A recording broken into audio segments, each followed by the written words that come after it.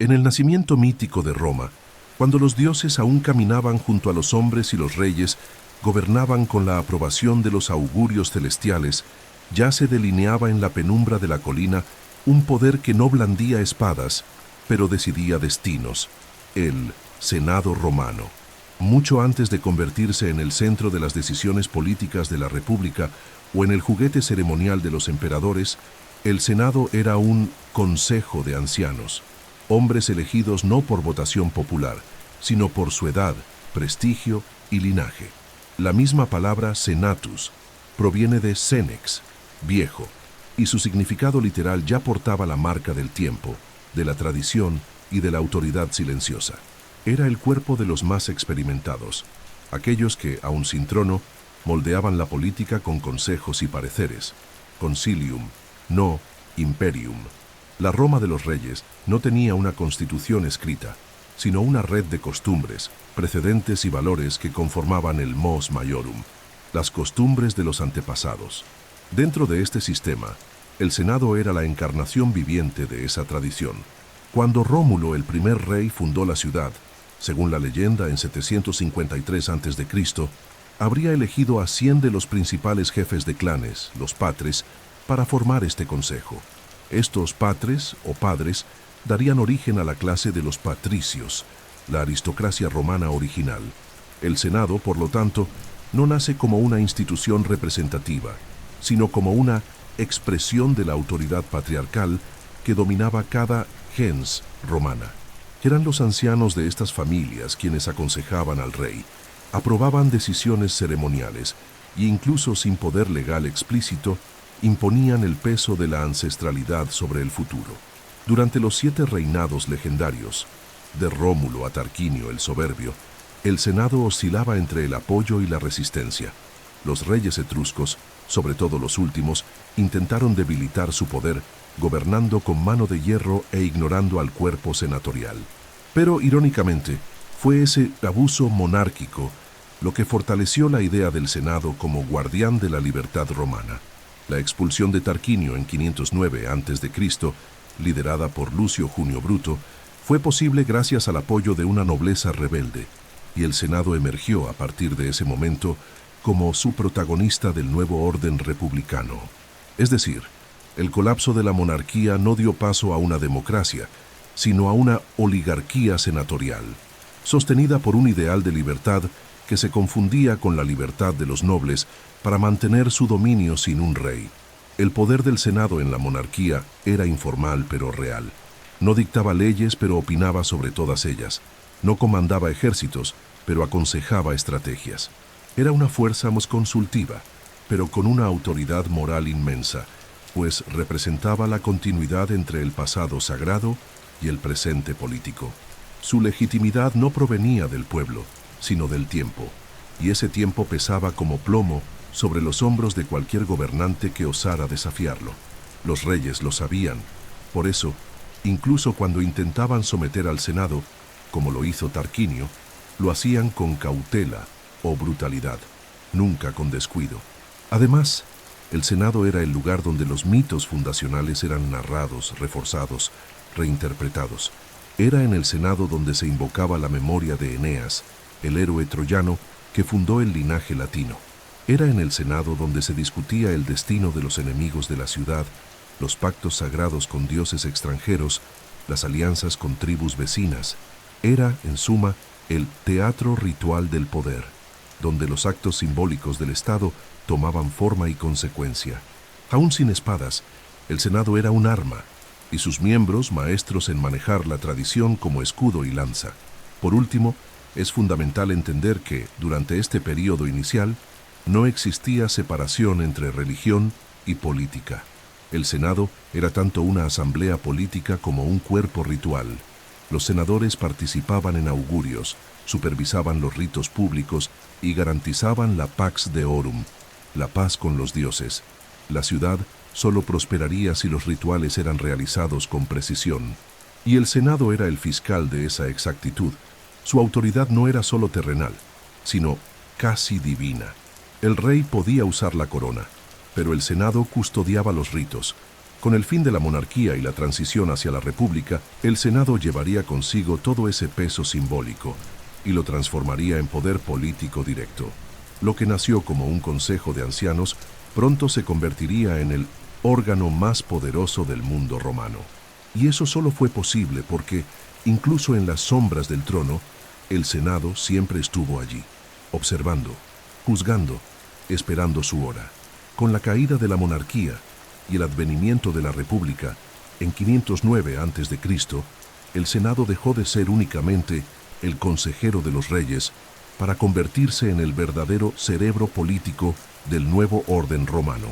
Ya no existía un monarca absoluto, sino dos cónsules elegidos anualmente, y sobre ellos el Senado se erguía como guardián de la continuidad, de la tradición y sobre todo del poder aristocrático. Aunque la República Romana parecía, en apariencia, un sistema equilibrado entre el pueblo y la nobleza, la realidad era otra.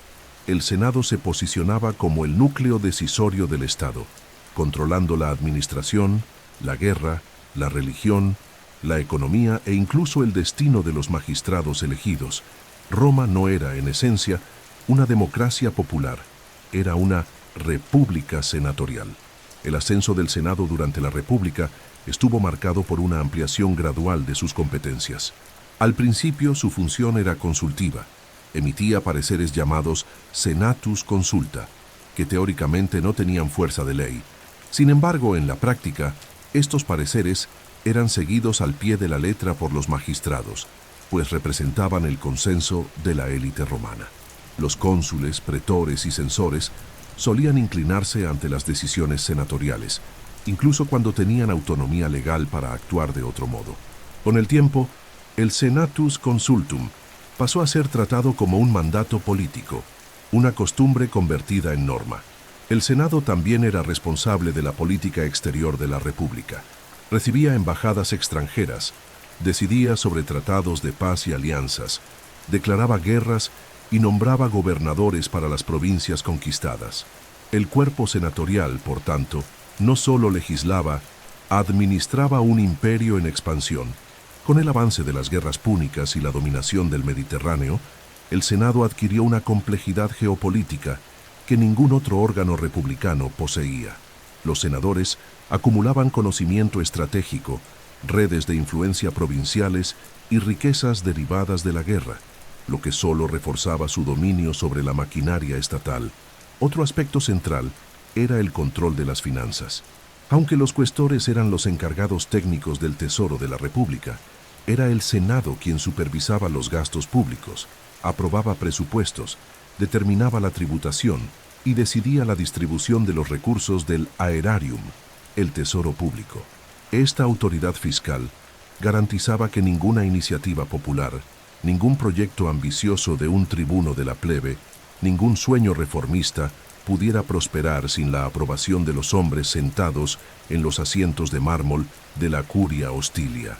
El Senado era el guardián del tesoro romano y de ese control nadie escapaba. Además, el Senado dominaba la religión pública. Aunque no estaba compuesto por sacerdotes, los senadores ejercían una influencia directa sobre los colegios religiosos, como los augures, pontífices y feciales, que controlaban los rituales y los calendarios sagrados. Nada se hacía sin consultar a los dioses, y los dioses solo hablaban a través de sacerdotes controlados por la élite senatorial. Esta simbiosis entre fe y poder permitía al Senado usar presagios, ritos y augurios como herramientas políticas. ¿Un proyecto impopular? Bastaba con alegar un mal augurio. ¿Una elección impugnada? Se invocaba un prodigio celestial. El Senado conocía el juego del cielo y lo manipulaba con maestría. Pero no se trataba solo de control formal. El Senado era también un teatro de retórica y reputación.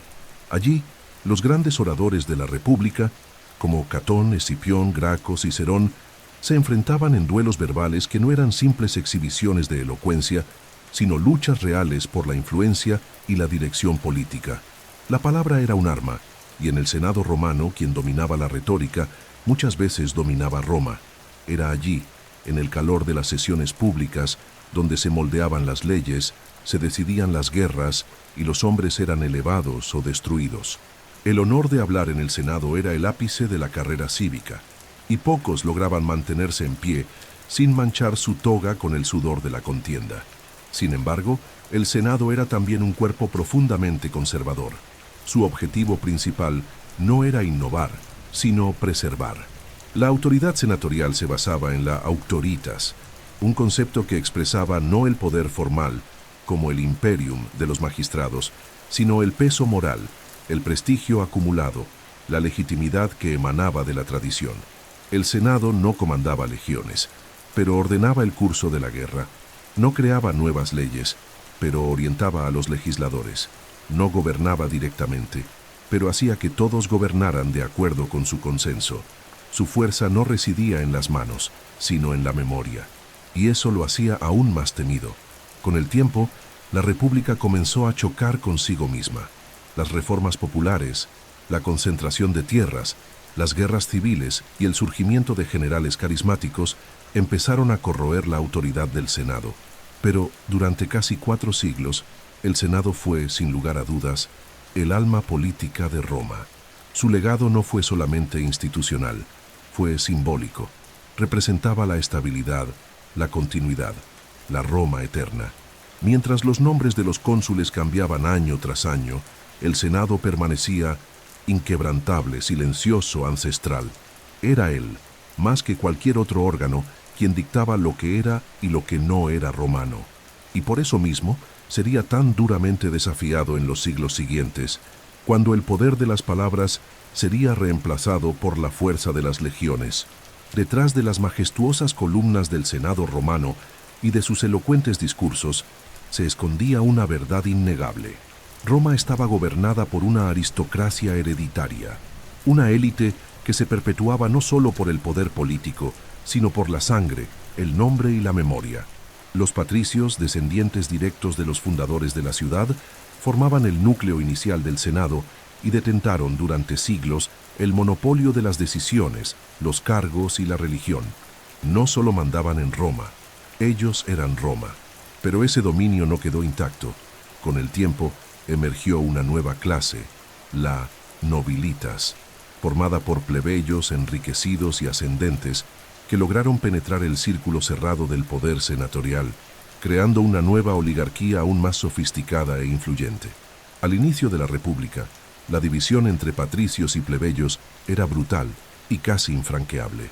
Solo los patricios podían convertirse en cónsules, sacerdotes, senadores o ejercer cargos de poder.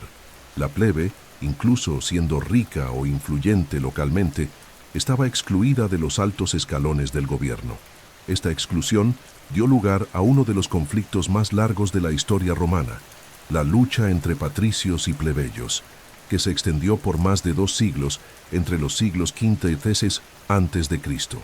Fue una batalla no librada con espadas, sino con huelgas, amenazas de secesión y negociaciones políticas intensas. La plebe exigía acceso al poder, y poco a poco lo fue logrando. El gran giro ocurrió con la Ley Canuleia, 445 a.C., que permitió el matrimonio entre patricios y plebeyos, y posteriormente con la Ley Licinia Sextia, 367 a.C., que abrió la posibilidad de que plebeyos accedieran al consulado.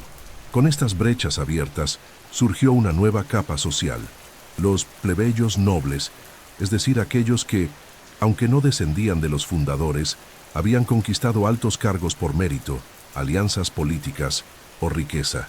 Estos hombres y sus familias pasaron a integrar la nobilitas, un grupo híbrido que mezclaba sangre antigua con nueva ambición. Y el Senado poco a poco dejó de ser exclusivamente patricio para convertirse en un club oligárquico de nobles senadores, sin importar su origen de clase inicial. Pero que el acceso al Senado estuviera, en teoría, abierto, no significaba democracia. Todo lo contrario, la nobilitas controlaba los cargos, manipulaba las elecciones, dominaba los tribunales y usaba el prestigio familiar como moneda de influencia. Con cada generación, los hijos de los nobles repetían el camino de sus padres en el cursus honorum, y los apellidos familiares, Escipiones, Emilios, Fabios, Cornelios, Claudios, continuaban reinando. Tener un antepasado cónsul valía más que tener talento. El Senado no estaba compuesto por los mejores, estaba compuesto por los mejor conectados, y el sistema se retroalimentaba. Esa aristocracia senatorial se sostenía en tres pilares: tierra, clientela y reputación. Los senadores poseían vastas propiedades agrícolas, muchas veces en provincias conquistadas, explotadas con mano de obra esclava. Estas tierras generaban no solo riqueza, sino autonomía política. La clientela, a su vez, era un sistema de dependencia en el que ciudadanos comunes se convertían en clientes de un senador, recibiendo favores, empleos o protección a cambio de votos y lealtad. Y la reputación, la dignitas, se construía con campañas militares, victorias jurídicas, generosidad pública y discursos memorables. Era un juego en el que la fama era tan valiosa como la fortuna. Incluso con una fachada de meritocracia, la realidad era de concentración extrema del poder. En ciertos periodos, hasta el 80% de los consulados estaban en manos de las mismas 10 o 12 familias. Las elecciones republicanas se convirtieron en una formalidad, ya que las alianzas entre las gentes senatoriales aseguraban que el resultado siempre estuviera dentro del círculo previsto. La política romana era, por tanto, una monarquía disfrazada de república, donde el pueblo votaba, pero la élite decidía. Sin embargo, esta aristocracia también enfrentaba tensiones internas. Las rivalidades entre familias, las disputas por la gloria militar y los conflictos ideológicos entre conservadores, optimates y reformistas populares generaban fisuras constantes en el bloque senatorial. Los patricios más antiguos despreciaban a los plebeyos recién ennoblecidos. Los nuevos ricos intentaban imponer su voluntad con generosidad populista, y algunos se atrevieron a cuestionar todo el sistema, como harían más tarde los hermanos Graco. Las nobilitas son, aunque poderosa, no era homogénea, era un campo de batalla permanente entre tradición y ambición. Aún así, durante el periodo republicano, los patricios y la nobilitas representaron lo más sólido del poder romano. Incluso frente a revueltas, guerras civiles, invasiones y reformas, el Senado, compuesto por estas familias, mantenía su autoridad. Era el símbolo de la estabilidad. Pero en realidad, esa estabilidad era una ilusión sostenida por la exclusión y la desigualdad. Cuando generales como Mario, Sila, César y finalmente Augusto aparecieron en el horizonte prometiendo romper con los privilegios de la nobleza, el Senado descubrió que su castillo estaba hecho de arena. La estructura de la aristocracia, construida durante siglos, sería puesta a prueba y, en muchos casos, arrasada. Lo que permanece es la lección. El Senado no era solo un órgano del Estado, era la encarnación institucional de la élite romana. Y esa élite, por más que cambiara de rostro, jamás renunciaba al control. Al final, los nombres cambiaban, pero el poder casi siempre seguía en las mismas manos. Ningún hombre en Roma nacía senador. Ser patricio, noble o rico no era suficiente. Era necesario ascender por la escalera sagrada de la política romana, conocida como cursus honorum, el curso de los honores. Esta expresión no era solo una metáfora del ascenso social, era una secuencia rígida y consagrada de cargos públicos que todo ciudadano romano debía recorrer paso a paso, bajo la atenta mirada del Senado y del pueblo, hasta alcanzar la cumbre del prestigio político. Cada peldaño exigía no solo capacidad, sino alianzas, reputación, oratoria, carisma y, por encima de todo, la apariencia de virtud. Porque en Roma, el poder no se otorgaba, se conquistaba con sudor, sangre y estrategia. El cursus honorum surgió formalmente en el siglo III a.C., aunque su práctica ya estaba consolidada por la tradición mucho antes. La escalera tenía un diseño fijo, comenzaba con la questura, seguía con la edilidad, en muchos casos opcional, luego con la pretura y culminaba en el consulado, el cargo máximo de la República. Tras el consulado, un hombre aún podía alcanzar el bucensorado, un puesto rarísimo y sagrado, o ser nombrado procónsul para gobernar una provincia. En la cúspide simbólica, aunque fuera de la jerarquía regular, se hallaba la dictadura, empleada solo en emergencias extremas y por tiempo limitado. Cada cargo tenía una edad mínima requerida, una duración de mandato, generalmente de 1 año, y estrictas restricciones para la reelección o acumulación. El sistema estaba diseñado para evitar la concentración de poder, pero los hombres, como siempre, encontraban formas de eludirlo. El primer peldaño era la mucuestura, generalmente alcanzada hacia los 30 años. El cuestor se encargaba de las finanzas del Estado, supervisaba los ingresos, acompañaba a los generales en campaña, gestionaba el tesoro público e incluso podía auditar las cuentas de los gobernadores provinciales. Era el primer paso real en el escenario político y el cargo más accesible dentro de la jerarquía. Ser cuestor abría automáticamente las puertas del Senado y era para muchos el rito de iniciación en el mundo de la élite senatorial. Un hombre que no fuese cuestor jamás sería senador. Era el punto de entrada obligatorio. El siguiente escalón, aunque técnicamente opcional, era la edilidad. Los ediles eran responsables del mantenimiento de la ciudad de Roma, de la regulación de los mercados, del abastecimiento de grano y, sobre todo, de los juegos públicos, espectáculos de gladiadores, carreras, festivales religiosos y eventos populares. La edilidad era un cargo extremadamente popular y por ello requería gastos personales elevadísimos. Muchos ediles se endeudaban para financiar celebraciones fastuosas, esperando recuperar la inversión con el apoyo del pueblo en futuras elecciones. Era un paso arriesgado, pero necesario para quienes soñaban con la gloria. Le seguía la pretura, alcanzada alrededor de los 39 años. El pretor era, en la práctica, un juez supremo, encargado de juzgar casos civiles, penales y disputas entre ciudadanos y extranjeros. El pretor poseía una autoridad judicial amplia y un prestigio enorme. Además, al finalizar su mandato, era habitual que un pretor fuese designado como gobernador de una provincia, pasando a comandar tropas y administrar territorios enteros, un poder comparable al de los reyes. La pretura era la antesala del consulado, y muchos no lograban avanzar más allá.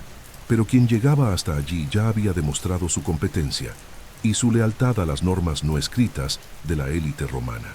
Finalmente, el punto T, consulado, tet, la cima. El sueño de todo ciudadano romano ambicioso. Cada año se elegían 2 cónsules para gobernar juntos, compartiendo el poder ejecutivo de la República. Eran jefes de Estado, comandantes de ejércitos, presidentes del Senado y los símbolos más visibles de la Roma republicana. La consagración máxima de un apellido era ser consular, y una familia que contara con un antepasado consular lo ostentaba con orgullo durante generaciones. Los cónsules personificaban la autoridad romana, y aunque su mandato duraba solo 1 año, su influencia podía moldear décadas.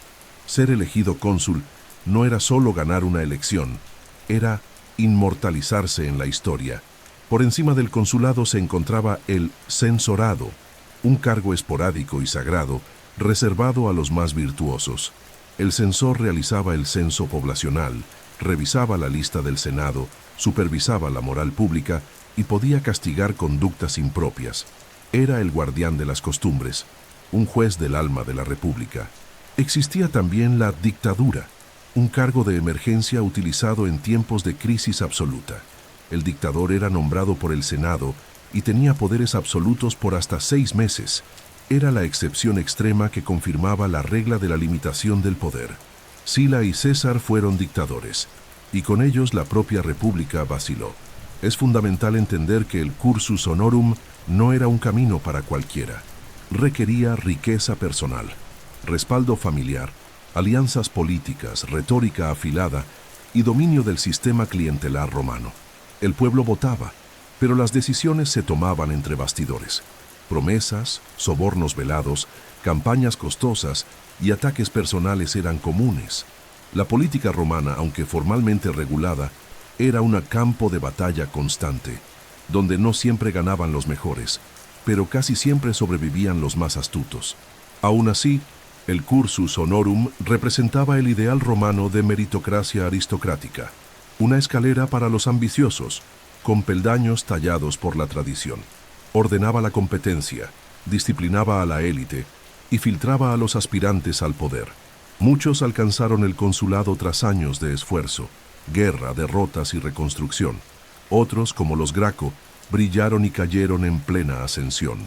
Y algunos, como César, destruyeron la escalera desde dentro y reconstruyeron la cima en nombre propio. Al final, el cursus honorum era más que un sistema político, era el reflejo del alma romana. Un alma que valoraba la gloria, el sacrificio, la disciplina y sobre todo, la ilusión de que el poder se conquista, nunca se hereda. Y fue precisamente esa ilusión la que mantuvo en pie al Senado, incluso cuando el imperio ya lo vaciaba por dentro. Si el Senado era el cerebro de la República, la guerra era su corazón palpitante, y muchas veces su mayor fuente de poder, riqueza e influencia. En Roma, la guerra no era una excepción, era el estado natural de la política. El expansionismo no era, al principio, un proyecto imperialista, sino una consecuencia de la propia estructura de la sociedad romana, en la que el prestigio político se medía por el número de enemigos vencidos, provincias conquistadas y triunfos celebrados. Y en cada una de esas campañas estaban ellos, los senadores, detrás de los generales gloriosos, de los cónsules en marcha, de los tratados firmados con sangre, había siempre una élite que tomaba las decisiones, cosechaba los frutos y moldeaba el mapa del mundo conocido. Desde las guerras samnitas hasta las campañas contra galos, griegos, cartagineses y partos, el Senado fue el epicentro de la política de guerra. Era él quien autorizaba las campañas militares, elegía a los generales o ratificaba su designación, liberaba fondos para las legiones y decidía, al final, el destino de los territorios conquistados. Ningún comandante podía marchar sin la aprobación del Senado. Ninguna provincia era creada sin su consentimiento. Incluso los tratados de paz y los armisticios requerían el sello de la Casa Senatorial. Así, más que un consejo político, el Senado funcionaba como el alto mando estratégico de una máquina bélica sin precedentes. Pero el vínculo del Senado con la guerra no era solo institucional, también era personal y lucrativo. Muchos senadores utilizaban sus cargos para amasar fortunas durante las campañas. Cuando un senador era nombrado procónsul o propretor de una provincia, obtenía autoridad casi absoluta en ese territorio. Administraba justicia, recaudaba impuestos, comandaba tropas y explotaba recursos.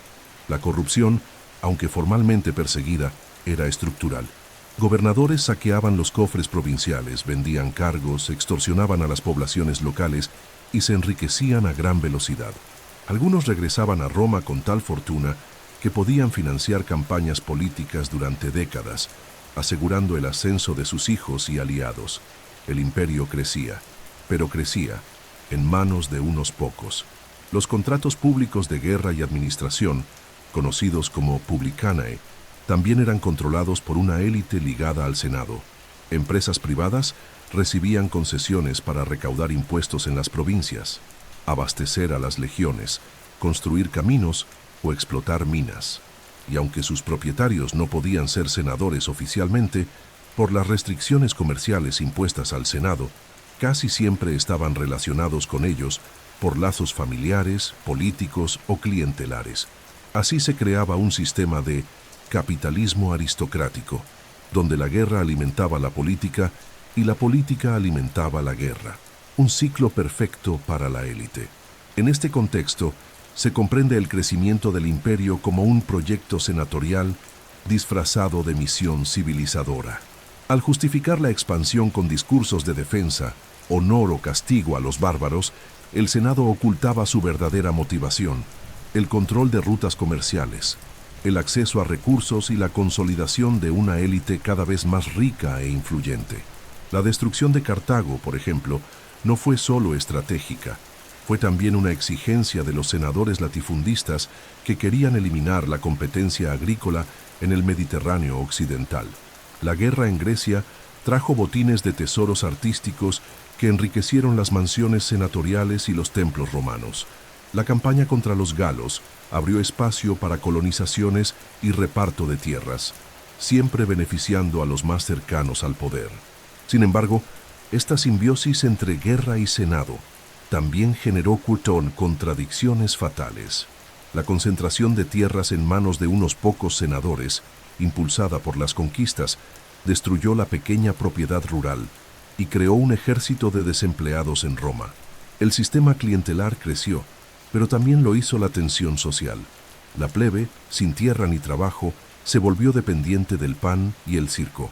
Las legiones, a su vez, comenzaron a ser más leales a los generales que las comandaban que al Senado que las formaba. Generales como Mario, Sila, Pompeyo y César vieron en esta dinámica la oportunidad de transformar su prestigio militar en poder político directo, quebrando la autoridad senatorial. La República, irónicamente, cavaba su propia tumba con cada nueva victoria. Al incentivar y financiar conquistas, el Senado creaba los instrumentos de su futura sumisión. Al nombrar gobernadores corruptos, perdía el apoyo de las provincias. Al concentrar la riqueza en pocas manos, provocaba revueltas internas. Y al intentar controlar a generales ambiciosos, terminaba siendo aplastado por ellos. La misma expansión que consolidaba el poder senatorial se convirtió con el tiempo en el factor más corrosivo de su estructura. El siglo I a.C. es la expresión final de esta crisis. Los hermanos Graco intentan, sin éxito, reformar la distribución de tierras. Mario rompe con las tradiciones senatoriales para reclutar soldados entre los pobres. Sila toma el poder por la fuerza e intenta restaurar el Senado con leyes autoritarias. Pompeyo busca legitimidad a través de victorias externas. Y César, finalmente, cruza el Rubicón, no solo físicamente, sino simbólicamente. Cruza el límite entre el poder militar y el poder senatorial, y rompe con un sistema que ya no podía sostener su propia lógica. El Senado, por tanto, no fue solo víctima de la ambición ajena, fue el arquitecto de su gloria y de su caída. La guerra, que le dio riqueza, poder y prestigio, también le entregó enemigos que ya no se conformaban con pareceres o consejos. Querían el trono, y cuando éste llegó, el Senado no fue extinguido, pero fue domado, silenciado, convertido en un teatro de apariencias. La guerra continuó, pero el poder ya no pertenecía a los ancianos de la República. Durante más de 3 siglos, el Senado romano mantuvo su hegemonía política mediante una combinación de autoridad moral, prestigio ancestral y dominio económico. Pero a finales del siglo II a.C., esa aparente estabilidad comenzó a desmoronarse ante una realidad imposible de ignorar. El pueblo estaba en colapso. Las guerras de conquista, que habían enriquecido a la nobleza, dejaron un rastro de ruina entre los pequeños propietarios, expulsados de sus tierras por latifundios controlados por senadores. La plebe urbana crecía sin esperanza, sin trabajo, sin tierra. Roma, la ciudad de los dioses y de los generales, se convertía también en la ciudad de los hambrientos y los olvidados. Fue en ese escenario que surgieron 2 nombres que cambiarían para siempre la historia de la República: Tiberio y Cayo Graco, los hermanos que se atrevieron a desafiar el orden senatorial y pagaron el precio más alto. Tiberio Sempronio Graco pertenecía a una de las familias más nobles de Roma. Su madre, Cornelia, era hija de Escipión el Africano, el héroe de las guerras púnicas. Su hermano Cayo era igualmente brillante y ambicioso, pero a diferencia de la mayoría de sus pares aristocráticos, los Graco decidieron mirar hacia abajo, hacia la plebe oprimida, los veteranos abandonados, los campesinos desposeídos. Como tribunos de la plebe, magistratura con poder de veto sobre decisiones senatoriales y de proponer leyes directamente al pueblo, los Graco se convirtieron en la voz de los marginados, y con ello en el blanco de la aristocracia senatorial. En el año 133 a.C., Tiberio propuso una reforma agraria radical, que limitaba la extensión de tierras públicas que podían ser explotadas por particulares y redistribuía el excedente entre los ciudadanos pobres. Esta propuesta amenazaba directamente a la élite senatorial, que había ocupado ilegalmente vastos territorios del Estado romano. El Senado intentó frenar la iniciativa, pero Tiberio sorteó los obstáculos legales y apeló directamente al pueblo. Con el respaldo de las masas logró aprobar la ley, y con ese gesto rompió la regla no escrita de la República. La élite habla, el pueblo consiente, pero no gobierna. Tiberio invirtió esa ecuación, y el Senado respondió con furia. Ese mismo año, Tiberio fue asesinado en el Capitolio, junto con unos 300 de sus partidarios. Fue la primera vez que la violencia política invadía el espacio sagrado de la tribuna popular, y no sería la última. Su muerte no detuvo la reforma, pero marcó un precedente peligroso. El asesinato se convertía ahora en una herramienta legítima del debate político, y el Senado, al tolerar y participar de ello, sellaba su propio destino.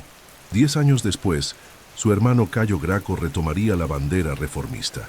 Más hábil, más elocuente y aún más radical, Cayo amplió el proyecto de los Graco.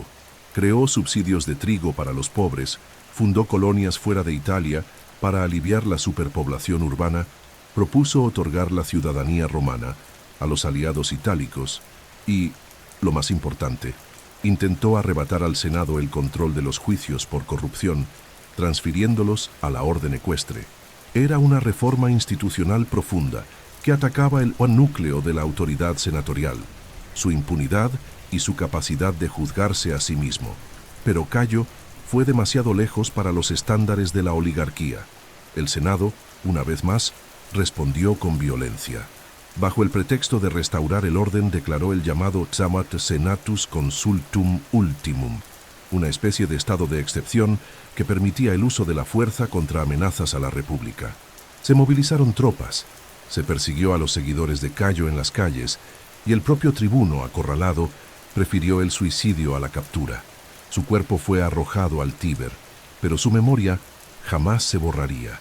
Lo que los hermanos Graco habían dejado al descubierto era la fractura irreparable entre la élite senatorial y el pueblo. Por primera vez en siglos, la legitimidad del Senado fue desafiada de manera directa, popular e institucional. Los Graco no eran demagogos, eran reformistas dentro del sistema, pero el sistema se negó a ceder, y en ese acto de negación comenzó su lenta autodestrucción. La violencia se volvió norma, el consenso desapareció, y el precedente de usar al pueblo contra el Senado se volvería cada vez más frecuente. Desde entonces surgirían los populares políticos que, aunque a menudo procedentes de la propia nobleza, elegían apoyarse en las masas para alcanzar el poder, desafiando la estructura senatorial tradicional. Frente a ellos estaban los optimates, los conservadores defensores de la autoridad del Senado y del orden republicano clásico. Esta división no era formal, pero sí real y devastadora. Roma pasaría los siguientes 100 años oscilando entre estas dos fuerzas, hasta que la República finalmente colapsara. Los Graco no destruyeron el Senado, pero lo obligaron a mostrar su verdadero rostro. Y ese rostro no era el de la sabiduría ancestral ni el de la justicia romana. Era el del miedo, la rigidez y la incapacidad de adaptarse. Encendieron la antorcha que iluminaría el camino de Mario, Sila, César y Augusto. Un camino pavimentado con reformas, sangre, ambición y ruinas. En el escenario de caos y violencia política que se instaló tras las reformas y asesinatos de los hermanos Graco, Roma se sumergía en un conflicto interno cada vez más intenso entre quienes defendían la autoridad tradicional del Senado, los optimates, y quienes exigían una nueva relación entre el Estado y el pueblo, los populares. Las instituciones vacilaban, los ejércitos se convertían en instrumentos de ambición personal y la República parecía al borde del abismo. Fue en ese contexto sombrío que surgió una figura destinada a marcar un punto de inflexión: Lucio Cornelio Sila, el hombre que utilizaría la fuerza de las legiones para restaurar el poder del Senado, al precio de destruir los propios cimientos de la República. Sila no era un reformista popular ni un aristócrata tradicional. Era, más bien, un noble empobrecido, un oportunista brillante, un estratega frío y decidido. Su ascenso comenzó bajo el mando de Cayo Mario, su futuro rival, en las guerras contra Yugurta y los invasores germánicos. Ambos fueron generales victoriosos, pero Sila representaba la facción conservadora, defensora de la autoridad senatorial, mientras Mario se alineaba con los intereses populares. La rivalidad entre ellos pronto desbordó los campos de batalla y llegó al terreno político. y cuando el Senado otorgó a Sila el mando de la guerra contra Mitrídates en Oriente, la plebe, bajo la influencia de Mario, intentó transferir ese mando al veterano héroe popular. Sila no lo aceptó. La respuesta de Sila fue inédita y espeluznante. Marchó sobre Roma con sus legiones, quebrando un tabú sagrado que separaba el espacio militar del espacio civil. Nunca antes un general romano había invadido su propia ciudad al frente de un ejército. Era la primera vez que la fuerza armada cruzaba el límite simbólico de la ley y la tradición. El Senado, atónito, aceptó a Sila como dictador temporal, pero lo que siguió fue más que una dictadura. Fue una reestructuración completa del orden republicano en favor del poder senatorial absoluto. Durante su dictadura, Sila implementó una serie de reformas con el objetivo de restaurar la supremacía del Senado. Revocó las medidas populares recientes, debilitó a los tribunos de la plebe, que se habían vuelto peligrosamente influyentes, y fortaleció las magistraturas senatoriales. Limitó el acceso de novatos a las instituciones y restauró la rigidez del cursus honorum. También estableció un número fijo de senadores, 600, e incorporó nuevos miembros, consolidando su base de apoyo. En apariencia, Sila parecía querer salvar la república, pero su método era más tiránico que republicano. El rasgo más aterrador de su gobierno fue la práctica de las proscripciones, listas oficiales de enemigos del Estado que podían ser asesinados impunemente, con confiscación de bienes y exclusión de sus hijos de la vida pública. Estas listas transformaron Roma en una ciudad de delaciones, persecuciones y ejecuciones sumarias. Bastaba con que el nombre apareciera grabado en bronce en la plaza pública y la muerte quedaba decretada. Miles murieron, senadores, caballeros, aliados, adversarios, incluso enemigos personales. El Senado, que debía representar la razón y la ley, se convirtió en cómplice de una masacre, aplaudiendo la limpieza política que restauraría su autoridad. Sila, al final, renunció voluntariamente a la dictadura y se retiró de la vida pública, un gesto inusual que desconcertó a sus contemporáneos. Murió en su villa, lejos de la capital que había manchado de sangre, pero su legado fue ambiguo. Por un lado, logró efectivamente restaurar por un tiempo el poder senatorial, fortaleciendo sus estructuras, reconfigurando las magistraturas y silenciando a los populares. Por otro lado, al utilizar la fuerza militar para lograr ese objetivo, dejó un precedente aún más peligroso, el de que la fuerza era legítima cuando se usaba en nombre del orden. El Senado, aparentemente fortalecido por la dictadura de Sila, parecía haber recuperado su antiguo esplendor, pero en realidad estaba más vulnerable que nunca. Al aliarse con el terror, perdió legitimidad moral. Al expulsar a los tribunos del juego político, sembró resentimiento. Y al aceptar que los generales pudieran intervenir directamente en el destino de la ciudad sin castigo, abrió la puerta a algo aún mayor, la ascensión de hombres que no solo marcharían sobre Roma, sino que la tomarían para sí. Las reformas de Sila duraron poco. Poco después de su muerte se restauraron los poderes de los tribunos, se anularon las limitaciones al cursus honorum, y los populares regresaron con fuerza renovada. La violencia instaurada por Sila pasó a ser vista como un método político legítimo. Los ejércitos se convirtieron en propiedades personales, y el Senado, antaño centro del poder, quedó rehén de una lógica que él mismo había ayudado a crear. La dictadura que debía preservar la república solo sirvió para acelerar su descomposición. Sila intentó salvar al Senado de las amenazas populares, pero al hacerlo mató a la república en el proceso y dio el primer golpe mortal a un cuerpo que ya sangraba en silencio. La dictadura de Sila había terminado, pero las semillas de la destrucción ya estaban plantadas.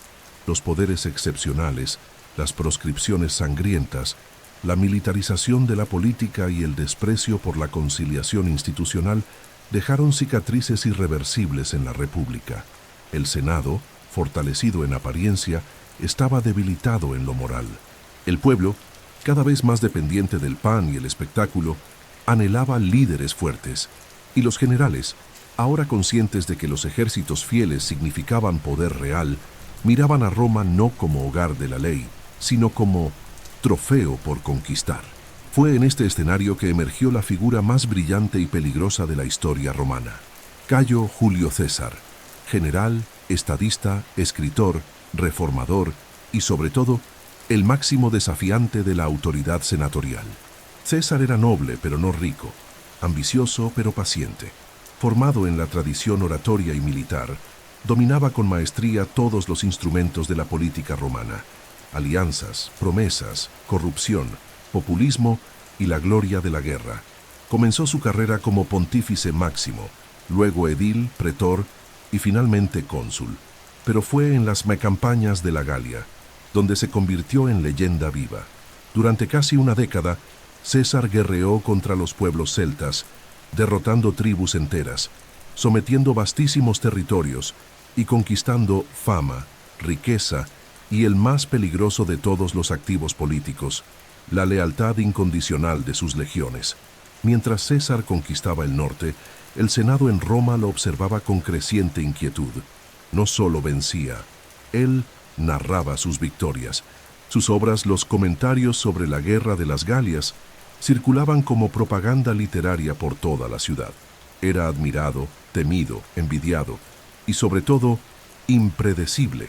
El Senado, dominado por los optimates, especialmente figuras como Cicerón y Catón el Joven, exigía que César disolviera su ejército y regresara como ciudadano común al final de su mandato proconsular. Pero él sabía lo que le esperaba: acusaciones, juicios, ostracismo o muerte política. Rehusarse significaba confrontar, obedecer, desaparecer. César no vaciló. En el año 49 a.C., al cruzar el río Rubicón, con su 10ª legión, César cometió un acto prohibido por ley. Ingresó en Italia al mando de tropas armadas. La frase que se le atribuye en ese momento, "la suerte está echada", marcaría el inicio de la guerra civil más decisiva de la historia de Roma. El Senado huyó de la capital. Pompeyo, su antiguo aliado y ahora rival, reunió fuerzas para enfrentarlo. Pero César fue implacable. Marchó sobre Roma, tomó el control sin derramar sangre e inició una campaña fulminante contra sus opositores. En pocos años, derrotó a Pompeyo, persiguió a senadores exiliados, conquistó Egipto, se alió con Cleopatra y regresó como vencedor absoluto. Pero César no quería solo vencer, quería reformar. Durante su breve dominio, implementó una serie de medidas que tocaban el núcleo del poder senatorial. Aumentó el número de senadores, diluyendo su influencia. Concedió la ciudadanía a aliados provinciales, redistribuyó tierras, reestructuró el calendario, redujo las deudas e intentó establecer un nuevo orden imperial.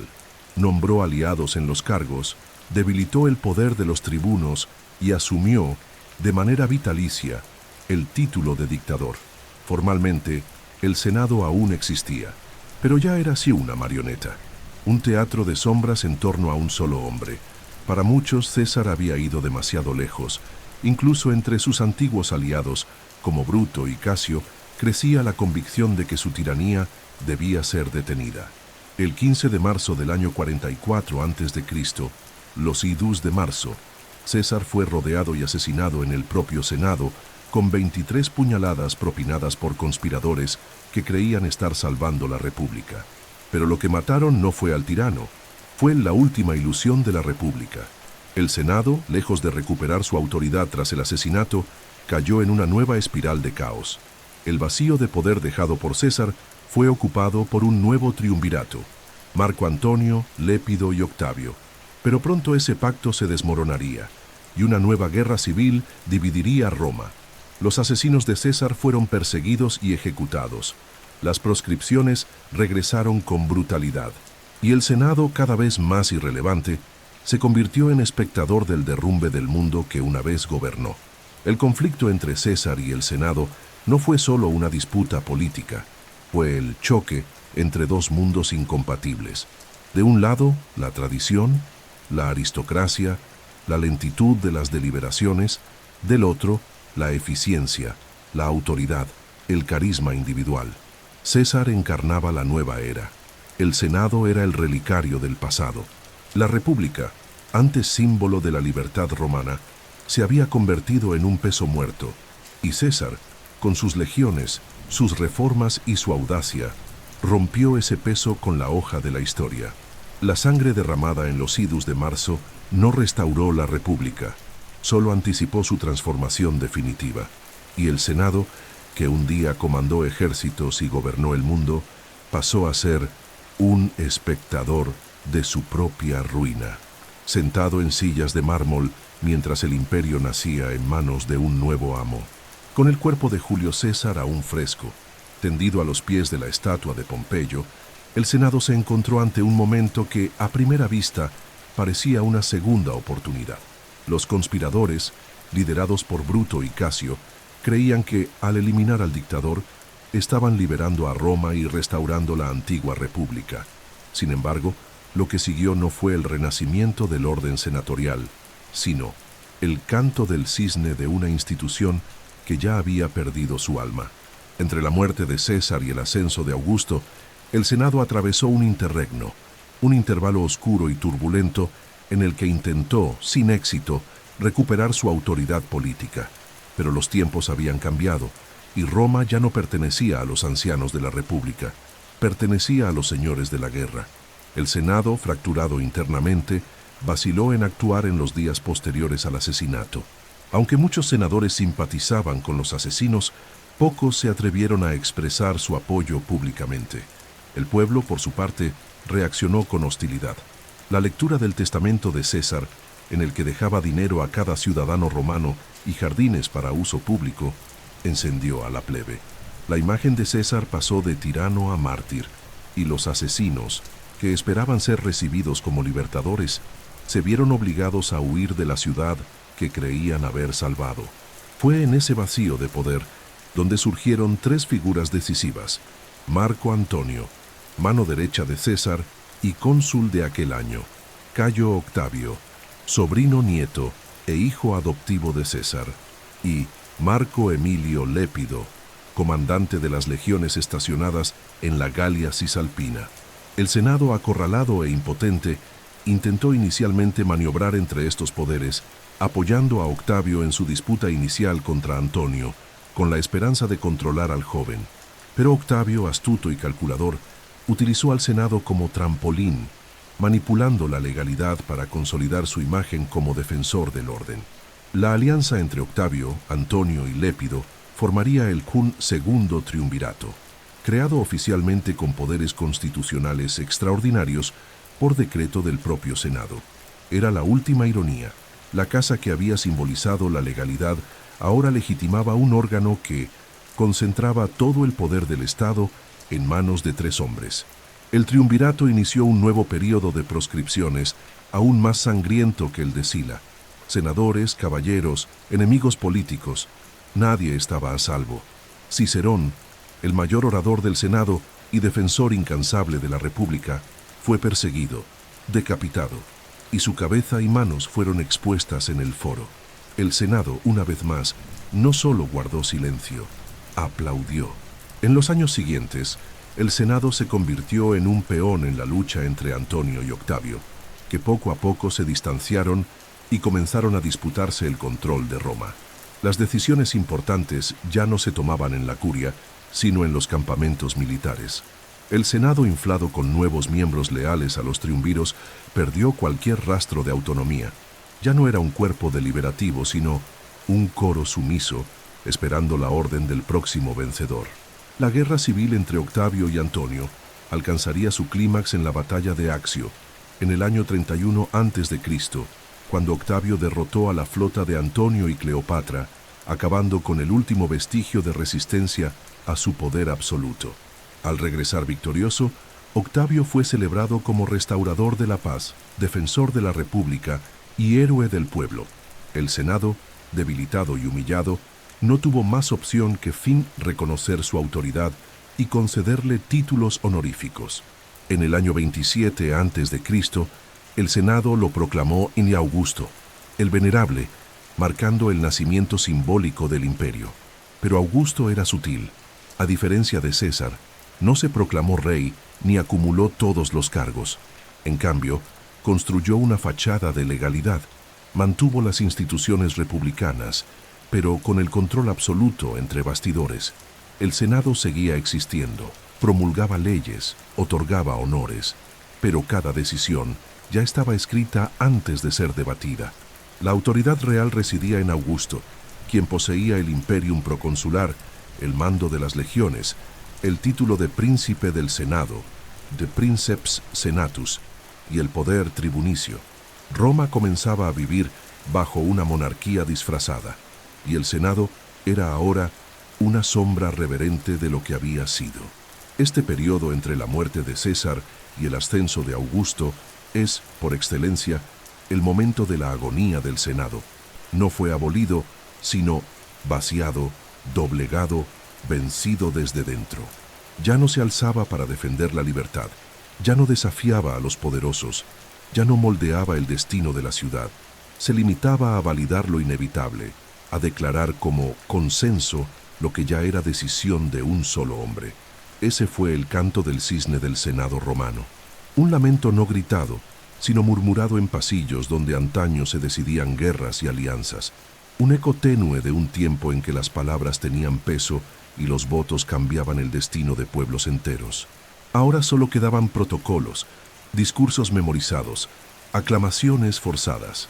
La República había muerto, y el Senado, aunque aún en pie, no era más que su mausoleo. Cuando el joven Octavio se convirtió en Augusto, en el año 27 a.C., Roma no solo ganó un nuevo gobernante, ganó un nuevo sistema político, envuelto en palabras antiguas. La República, aunque formalmente preservada, fue completamente subvertida. Que el Senado, antaño dueño de la guerra y la paz, ahora se arrodillaba ante el príncipe, el primer ciudadano. Pero el golpe de Augusto no fue brutal como el de Sila, ni teatral como el de César. Fue silencioso, meticuloso, envuelto en reformas, ceremonias y una oratoria tan precisa como calculada. No destruyó el Senado, lo domesticó. Lo convirtió en un símbolo inofensivo de la tradición, útil, decorativo y, sobre todo, obediente. Augusto fue un maestro de la ambigüedad. Cuando devolvió sus poderes al Senado y al pueblo, en un gesto escenificado en el 27 a.C., fue aclamado como restaurador de la libertad. El Senado, conmovido, le suplicó que continuara en el poder, y como respuesta, Augusto aceptó con modestia los títulos de Augustus y Princeps Senatus, así como un poder proconsular mayor que el de cualquier otro gobernador. Además, recibió el poder tribunicio, que le permitía vetar cualquier decisión y proponer leyes. Un poder supuestamente popular, ahora en manos de un solo hombre.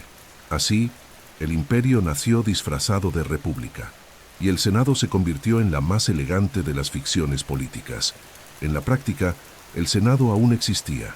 Se reunía, debatía, ratificaba decretos, nombraba cónsules y aprobaba gastos.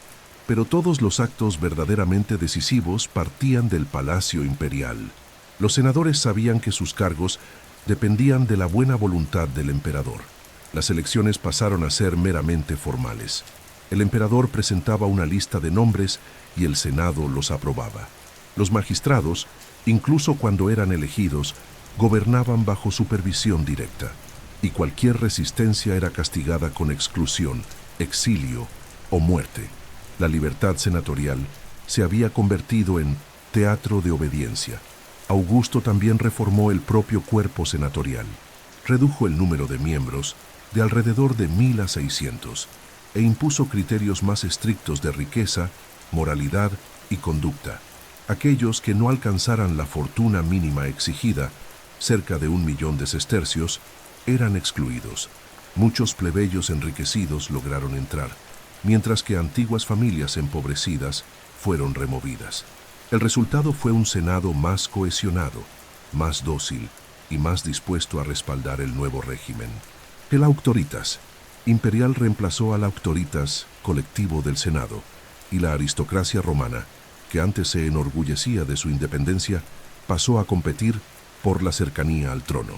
Aún así, Augusto comprendía el valor simbólico del Senado, lo mantuvo en funcionamiento, cuidó de su imagen, restauró edificios públicos, honró tradiciones ancestrales y colocó a los senadores en el centro de las ceremonias imperiales. El Senado continuaba concediendo honores, celebrando triunfos y registrando decisiones en los acta senatus, pero todo eso ocurría bajo la sombra del emperador. El Senado se había convertido en el alma institucional de un cuerpo ya sometido al nuevo dios de la política romana, el poder personal absoluto. Durante el gobierno de Augusto hubo estabilidad, crecimiento y orden. Las provincias fueron reorganizadas. Las más pacificadas quedaron bajo administración senatorial, mientras que las más peligrosas, con legiones estacionadas, quedaron bajo control directo del emperador. Era una división simbólica: al Senado, el honor; al emperador, la fuerza. Pero todos sabían que esa separación era solo una máscara. Los gobernadores senatoriales debían sus nombramientos a la aprobación imperial. Los tributos iban al tesoro central. Y los soldados obedecían al princeps, no al Senado. La estructura republicana seguía en pie, pero el motor ya era otro. Aún así, muchos senadores creían que vivían en un nuevo tipo de equilibrio.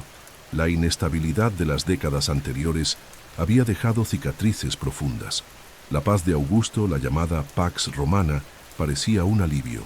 Muchos prefirieron el silencio de la sumisión a la libertad sangrienta de las guerras civiles. Y Augusto, con su habilidad para moldear la opinión pública, hizo que el imperio pareciera una continuación natural de la república, no su negación.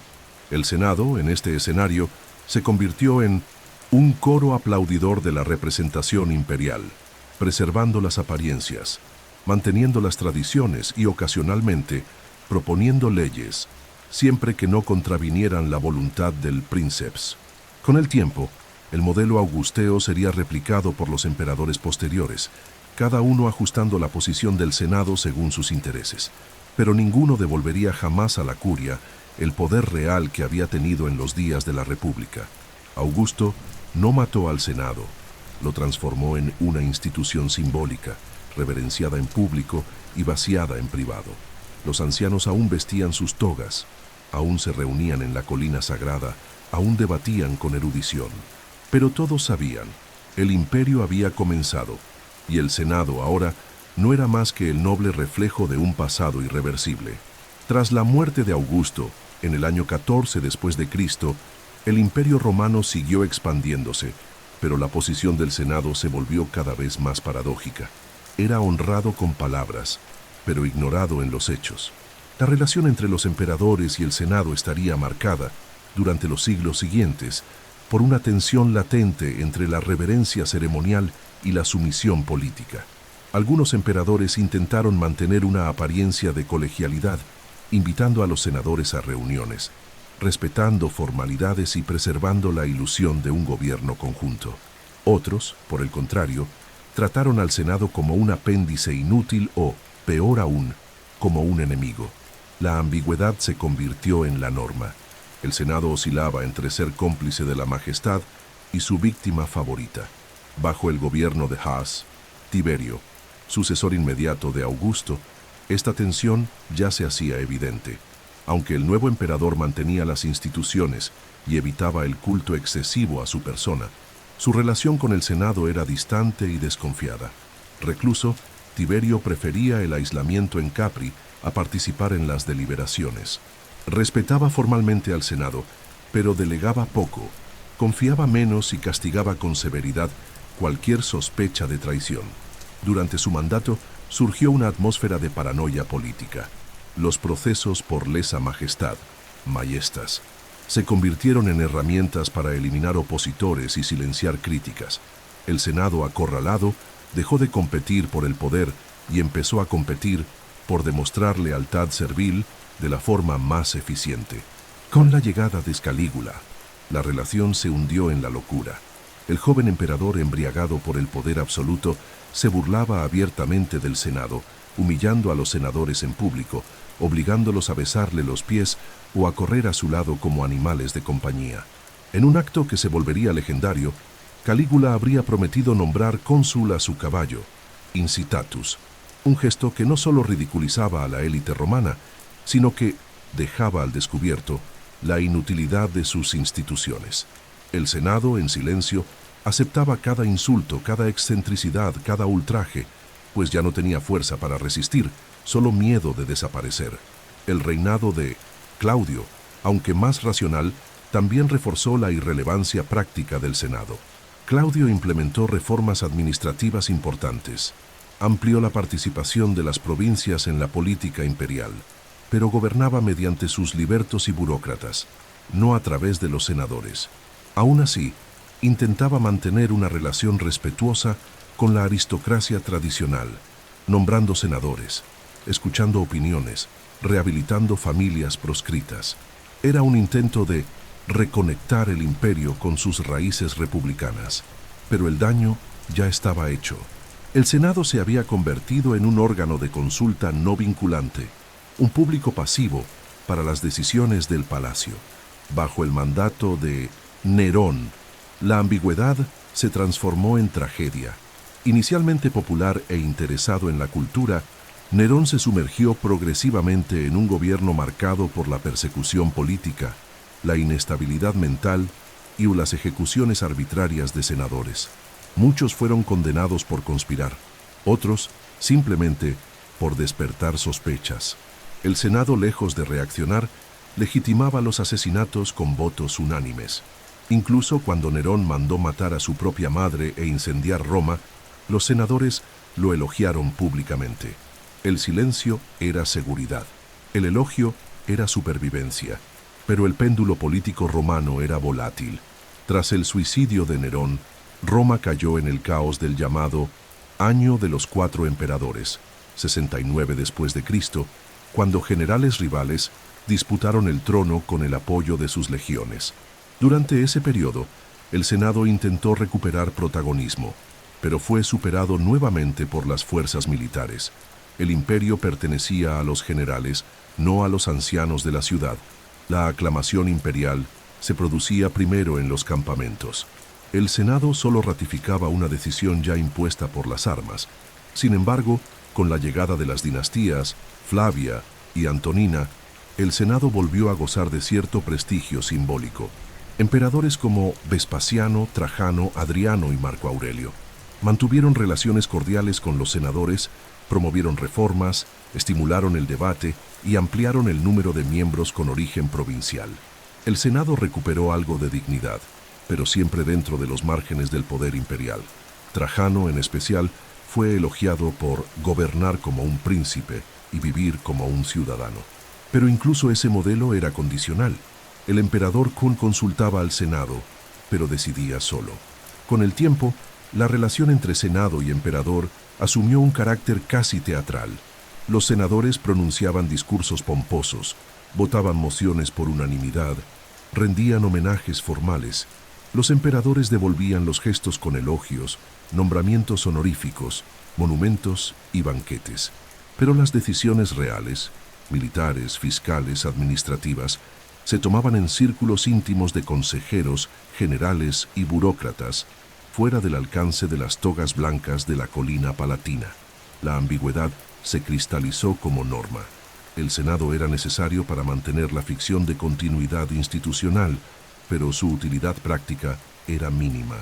La aristocracia romana se transformó en una élite decorativa, que no gobernaba, pero ocupaba espacios de influencia social, religiosa y cultural.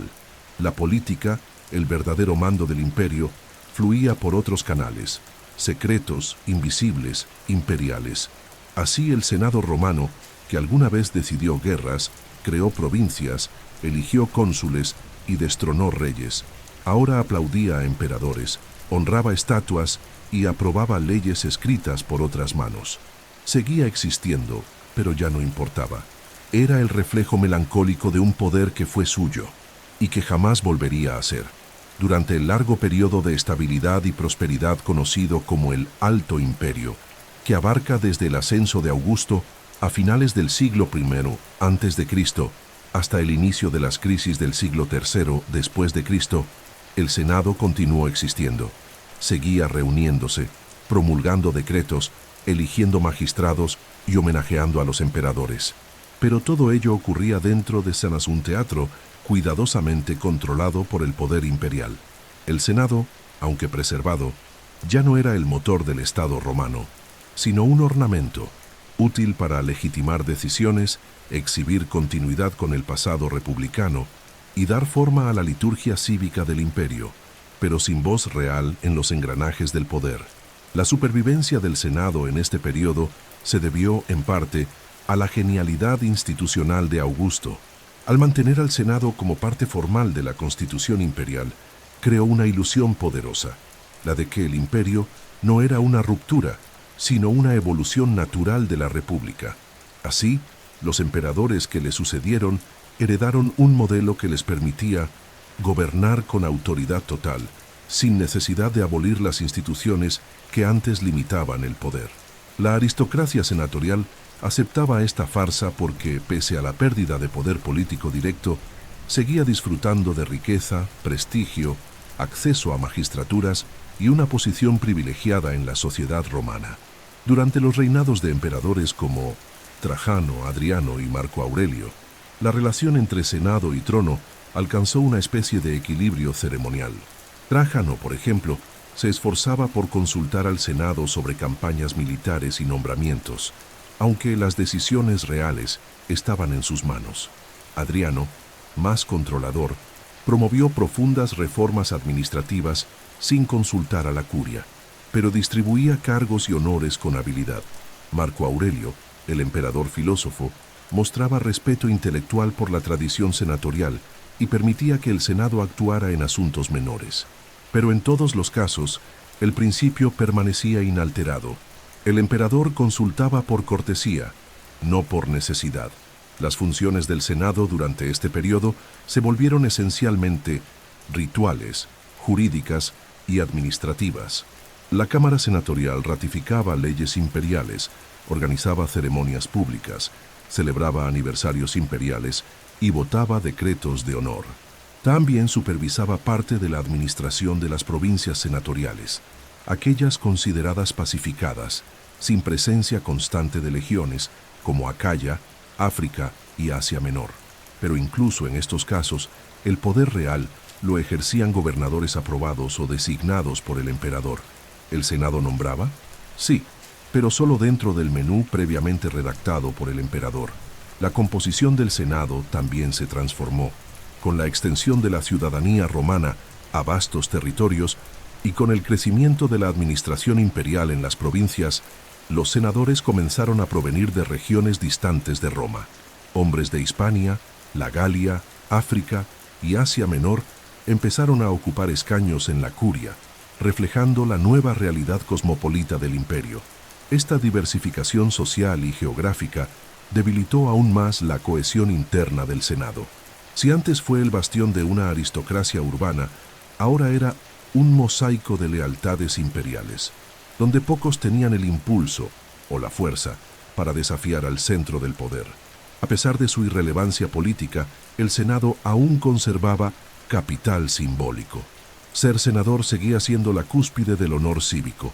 La vestimenta senatorial, la toga con franja púrpura, seguía inspirando reverencia. El rango de consular, aunque desprovisto de poder, aún abría puertas en los círculos más altos. La asociación con el pasado glorioso de la República seguía otorgando prestigio, especialmente entre las familias tradicionales que conservaban memorias genealógicas de antepasados ilustres. Era un mundo donde la forma pesaba más que el contenido. Y la forma, como sabían los romanos, lo era todo. El Senado se convertía también, cada vez más, en un espacio de consagración ideológica. Allí se construían las narrativas que deificaban a los emperadores muertos, que celebraban campañas militares, que inmortalizaban los gestos de clemencia y virtud de los soberanos.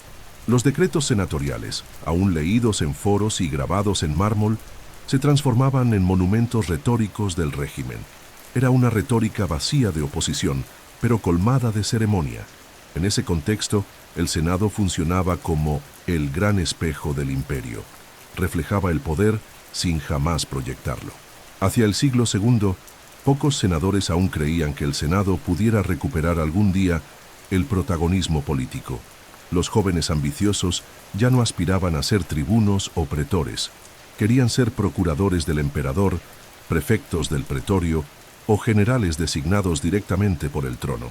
La carrera senatorial se había convertido en un ritual de prestigio, no de influencia.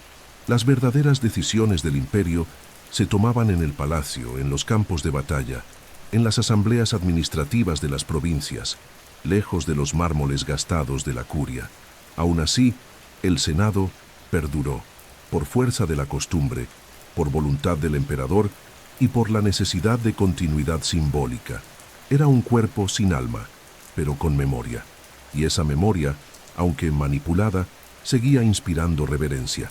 El Senado era la antigua Roma aún vestida con ropajes modernos. Era la República momificada, expuesta con solemnidad, para recordar a los ciudadanos que el imperio no había surgido de la nada, que existía una tradición, una línea de sangre, una historia que sustentaba el presente. En el Alto Imperio, por tanto, el Senado sobrevivió como suto una reliquia viva, venerada, preservada, pero vaciada. Una pieza del teatro imperial que jamás abandonaría el escenario, pero que tampoco volvería a escribir el libreto. Durante más de 4 siglos, el Senado de Roma fue el bastión de una aristocracia pagana, moldeada por los valores de la tradición, el honor familiar, el culto a los dioses domésticos y la lealtad incondicional al mos maiorum, las costumbres de los antepasados. Pero a finales del siglo III y sobre todo a lo largo del siglo IV después de Cristo, comenzó a nacer un nuevo mundo dentro del viejo, el mundo cristiano. El cristianismo, antes perseguido, se volvió una religión tolerada y luego oficial. Y con esa revolución espiritual vinieron también profundos cambios en las estructuras del poder y en el alma política del Senado. Por primera vez, los senadores se arrodillaban ante un solo Dios, y no más ante los lares, los penates o los dioses del Capitolio. La transición fue lenta, dolorosa y llena de contradicciones. El Senado era, por definición, una institución conservadora. La mayoría de los senadores era pagana y veía con desconfianza o desprecio la nueva fe que se expandía por las calles, los cuarteles, las provincias orientales y ahora por los pasillos imperiales. Durante siglos, los cristianos fueron vistos como enemigos del orden público por negarse a adorar a los dioses del Estado, a ofrecer sacrificios por el bien del emperador y a participar en los ritos que sostenían la Pax Deorum, la paz entre Roma y sus dioses. Ser cristiano en el imaginario tradicional era un agravio al propio pacto cívico, pero todo cambió con el gobierno de Constantino el Grande. En el año 313, con el Edicto de Milán, el cristianismo fue oficialmente tolerado, y desde su conversión, aunque gradual y llena de ambigüedades políticas, la nueva fe pasó a ocupar el centro del poder. La Iglesia ganó propiedades, privilegios legales e influencia moral. Los obispos empezaron a ser escuchados como consejeros, e inevitablemente, la aristocracia senatorial tuvo que reaccionar ante esta nueva realidad. Algunos senadores resistieron hasta el final, orgullosos de su herencia pagana. Entre ellos, el más emblemático fue Quinto Aurelio Símaco, orador y político que a finales del siglo IV defendió con elocuencia la restauración del altar de la diosa Victoria en la curia del Senado, altar que había sido removido por orden del emperador cristiano. Símaco sostenía que Roma se había hecho grande bajo los auspicios de los antiguos dioses y que abandonarlos sería traicionar su historia. Pero su voz ya no era la de la mayoría. El obispo de Milán, Ambrosio, refutó sus argumentos con vigor y el emperador Teodosio apoyó el cristianismo como la única religión verdadera. La resistencia pagana continuó, pero era una lucha perdida. A lo largo del siglo IV, más y más senadores convirtieron al cristianismo, ya fuera por convicción o por conveniencia. La nueva fe abría puertas, acercaba a la corte, garantizaba el acceso a los niveles más altos de la administración imperial. Al mismo tiempo, muchos ya habían asimilado el discurso cristiano a su visión moralista de Roma: orden, jerarquía, deber, caridad, contención. El cristianismo, en ese sentido, no fue una ruptura total, sino una adaptación profunda de las virtudes romanas a la lógica del monoteísmo y de la eternidad espiritual. En las últimas décadas del siglo IV y comienzos del V, El Senado ya contaba con un número significativo de miembros cristianos. Las familias senatoriales paganas restantes aún controlaban propiedades, cargos e influencia, pero ya no marcaban el rumbo del imperio. La cultura cristiana imponía nuevos valores: el martirio, la humildad, la renuncia. Los templos fueron siendo cerrados progresivamente, los cultos públicos suprimidos, los símbolos antiguos reemplazados por cruces e íconos. La propia ciudad de Roma, antes corazón del paganismo latino, empezó a llenarse de iglesias, basílicas, reliquias y peregrinaciones. El Senado, en este nuevo mundo, aún existía, pero con un nuevo lenguaje, una nueva alma y nuevas expectativas. Muchos senadores cristianos comenzaron a patrocinar construcciones religiosas, financiar obras de caridad y convertir sus propiedades en monasterios. El papel simbólico del Senado fue siendo reconfigurado para alinearse con el discurso cristiano de autoridad moral y servicio público.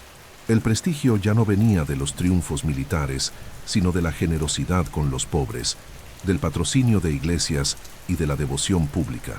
La toga cedió espacio al silencio de la oración.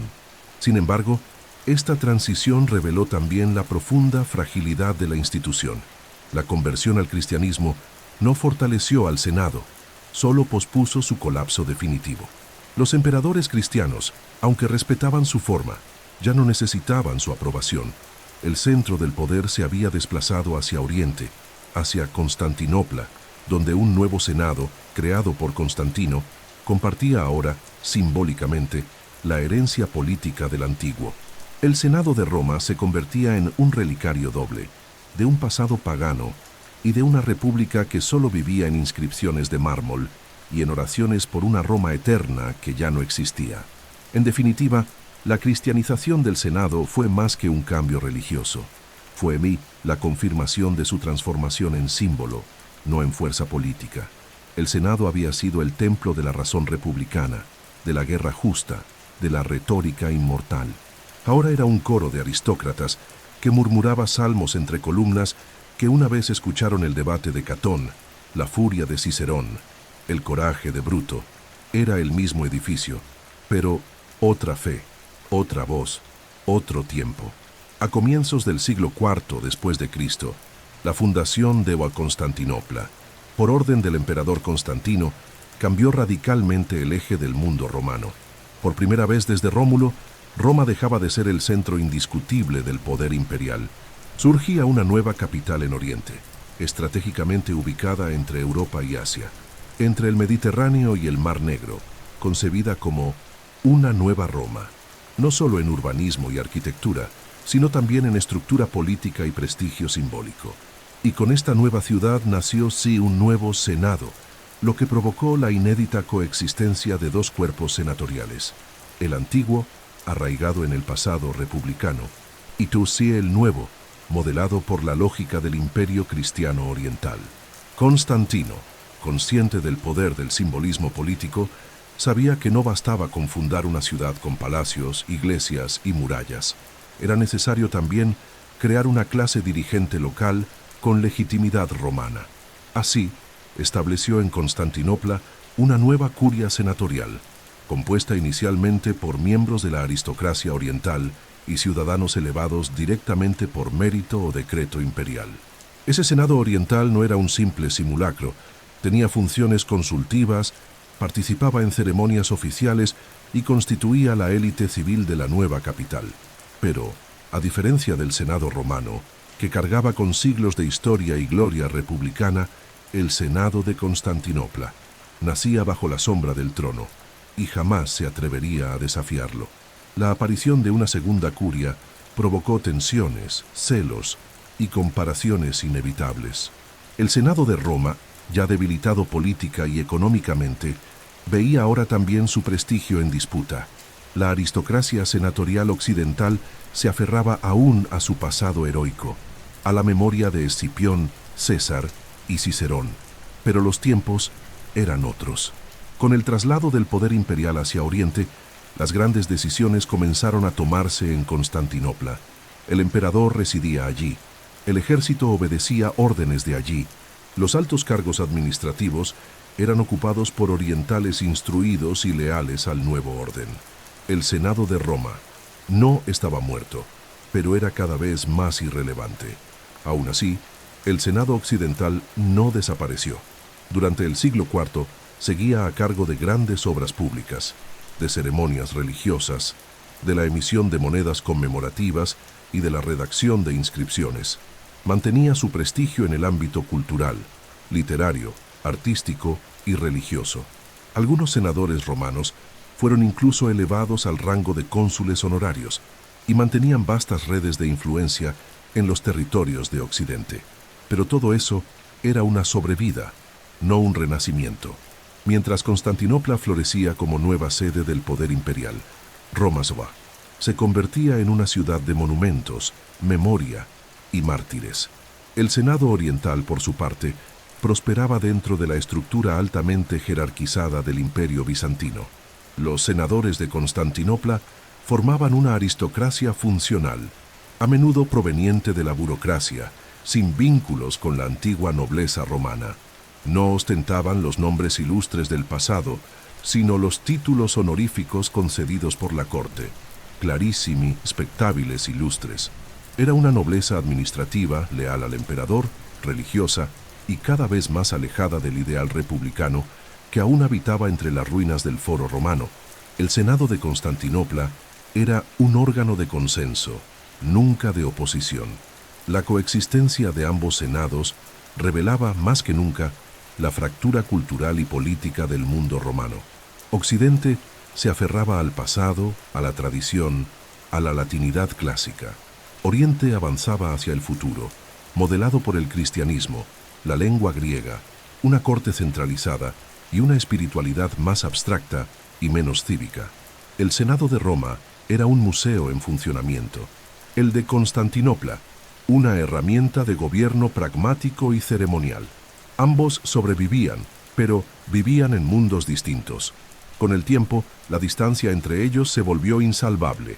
La caída del Imperio Romano de Occidente en el año 476 después de Cristo, con la deposición del último emperador, Rómulo Augustulo, marcó también el eclipse político final del Senado romano.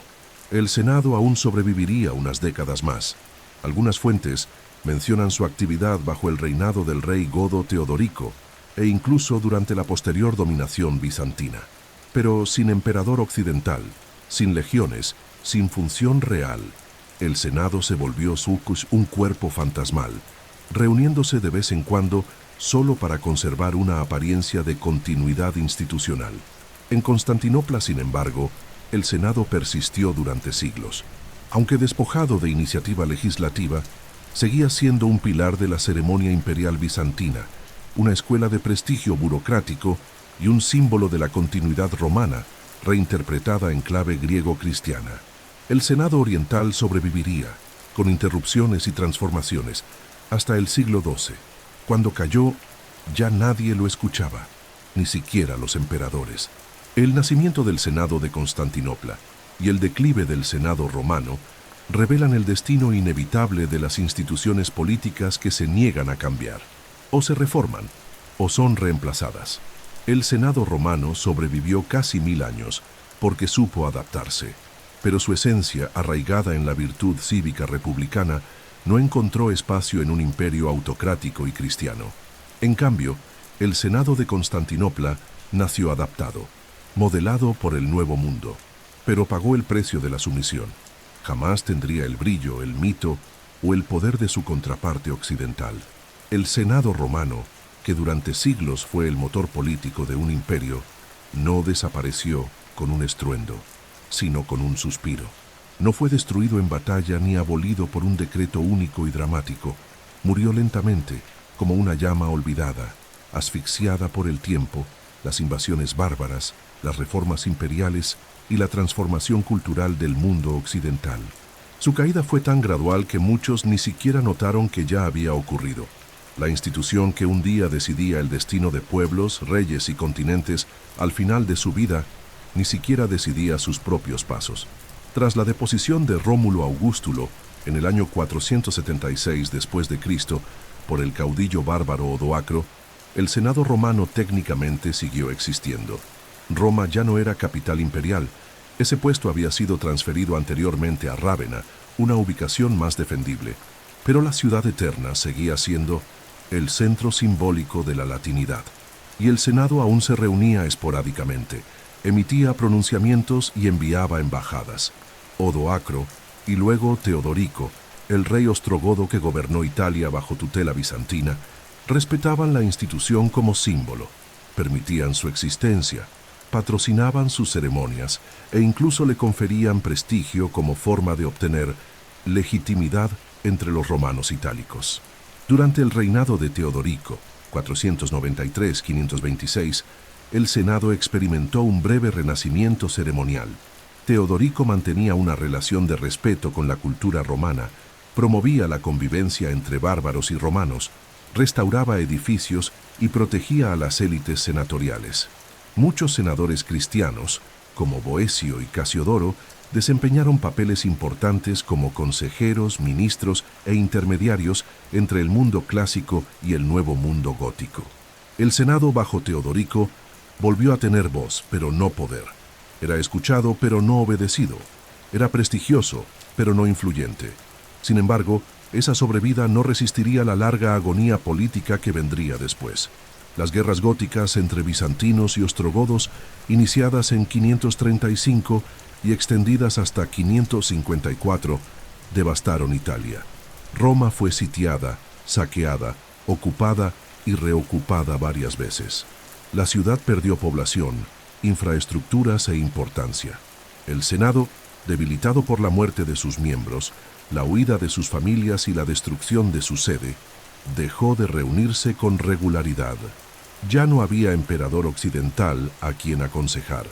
El emperador bizantino, aunque respetaba al Senado en palabras, gobernaba mediante generales y administradores enviados desde Constantinopla, y el pueblo romano, empobrecido, ya no veía en los senadores una autoridad real.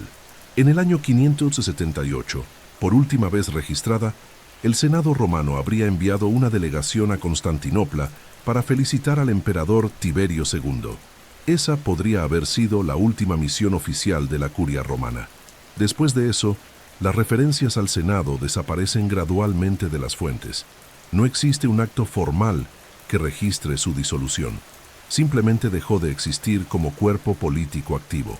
Su sede, la Curia Julia, construida por César y reformada por Diocleciano, fue cerrada, saqueada, convertida en lugar de culto y luego abandonada. Para el siglo VII, la institución senatorial tal como se conocía desde la República ya no era más que memoria, ruina y mito. Curiosamente, la palabra Senado seguiría usándose en la Edad Media, pero en contextos muy distintos, para designar consejos de nobles, obispos o gobernantes locales. Pero esos senados eran solo ecos de un pasado lejano. El verdadero Senado romano, el que se reunía para votar guerras, censurar magistrados, proclamar triunfos y decidir el destino del mundo, ya era solo una sombra literaria, una gloria citada en textos, un símbolo vacío arrastrado por tradiciones eclesiásticas y escolares. La muerte del Senado romano no fue solo el fin de una institución, fue el fin de una idea, la de que el poder político puede ser ejercido por un cuerpo colectivo de ciudadanos ilustres, representando la tradición, el saber y el consenso. Fue el fin del modelo aristocrático republicano que, con todas sus fallas, creía que el Estado era cosa pública, res publica, y no propiedad de una sola voluntad. Con su extinción silenciosa, moría también la posibilidad de resistir al absolutismo que más tarde dominaría tanto a los imperios como a las iglesias. Al final, solo quedaba la memoria, las ruinas del foro, las columnas rotas, las inscripciones en mármol, los nombres grabados en listas de cónsules y censores, y la leyenda, el Senado y el pueblo de Roma, Senatus Populusque Romanus, S.P. Cures, aún esculpida en piedras, blasones y monedas, siglos después de su muerte, no porque gobernara, sino porque un día representó la grandeza de una civilización que se atrevió a colocar la razón, la palabra y el honor en el centro del poder. La historia del Senado romano no termina con su desaparición física, solo cambia de forma. Cuando se cerraron las puertas de la curia y sus últimos miembros fueron olvidados, lo que quedó no fue el silencio, sino el eco. Un eco que atravesó los siglos, resonando en las catedrales medievales, en las repúblicas renacentistas, en las asambleas revolucionarias y en los parlamentos modernos. El Senado de Roma dejó de ser una institución para convertirse en una idea, una leyenda invocada a veces como inspiración, otras como advertencia y en ocasiones como pura ilusión. La República ya estaba muerta, pero su sombra seguía viva, moldeando constituciones, justificando golpes, legitimando élites, porque el Senado romano, tal vez más que cualquier otro órgano político de la historia, se convirtió en un mito político universal. Ese mito nació ya en la antigüedad tardía, cuando autores cristianos y paganos escribían sobre el Senado con una mezcla de melancolía y reverencia. En las obras de Amiano Marcelino, en las cartas de Sidonio Apolinar y en los relatos de Gregorio de Tours, el Senado aparecía como una reliquia noble pero impotente, un símbolo de una Roma civilizada frente a la brutalidad de los nuevos tiempos bárbaros. Ya no era un instrumento de gobierno, sino la encarnación de una era perdida de orden, elocuencia y grandeza. Así fue como, irónicamente, el Senado se volvió más poderoso en la memoria que en el final de su existencia real. En la Edad Media, el mito del Senado fue reinterpretado desde una óptica cristiana. Era visto como la cuna de mártires, el escenario de conversiones imperiales y la transición del poder terrenal al espiritual. Muchos teólogos entendían que la República Romana había preparado el camino para Cristo, un imperio unificado, una lengua común, una administración estable. Todo ello, creían, había sido posible gracias al Senado y a la organización romana. El resultado fue que, incluso en los siglos más teocráticos, el Senado romano era recordado con respeto, como un peldaño en la escalera divina de la historia. Pero fue en el Renacimiento donde el mito senatorial alcanzó su apogeo como modelo político. Humanistas como Petrarca, Maquiavelo y Guicciardini regresaron con avidez a los textos de Tito Livio, Cicerón y Tácito. Estudiaron el funcionamiento de la República, el cursus honorum, los poderes de los cónsules, las virtudes de la élite romana. Inspirados en el Senado, fundaron consejos municipales, repúblicas oligárquicas y modelos constitucionales. En Florencia, Venecia y Génova surgieron instituciones deliberativas que se definían como herederas de la tradición senatorial. El Senado dejó de ser solo un símbolo del pasado, pasó a ser la legitimación del presente. En la era moderna, con el iluminismo y las revoluciones del siglo XVIII, el Senado fue rescatado con aún más fuerza. Los padres fundadores de Estados Unidos, como John Adams y Thomas Jefferson, estudiaron la historia de Roma y se inspiraron directamente en ella para estructurar su sistema bicameral. El Senado estadounidense nació con un nombre romano y también con parte de su etos: estabilidad, élite electa, revisión racional. En la Revolución Francesa, discursos inflamados invocaban a Bruto, Cicerón, Catón, los senadores que resistieron a la tiranía. Pero como siempre, la historia era más compleja que las citas, porque el mito del Senado también arrastraba mentiras convenientes. El Senado romano no fue, la mayoría del tiempo, defensor de la libertad, sino un bastión de privilegios aristocráticos, conservador, violento y muchas veces indiferente al sufrimiento del pueblo. Las reformas que podrían haber salvado la República fueron bloqueadas por él. Tribunos asesinados, generales traicionados, proyectos vetados en nombre de la tradición, todo eso formaba parte de la maquinaria senatorial. Celebrar solo su elocuencia y racionalidad es olvidar sus pactos con la opresión, sus alianzas de conveniencia, su papel en la perpetuación de una sociedad desigual. Aún así, ese mito fue necesario. En un mundo en transformación, invocar al Senado romano era una forma de reivindicar continuidad, erudición y legitimidad. Reyes, dictadores, parlamentarios y alcaldes lo citaron en discursos, bautizaron instituciones con su nombre y forjaron blasones con las siglas SPQR. Incluso regímenes autoritarios, como el fascismo italiano, Intentaron apropiarse del símbolo senatorial para justificar un nuevo imperio.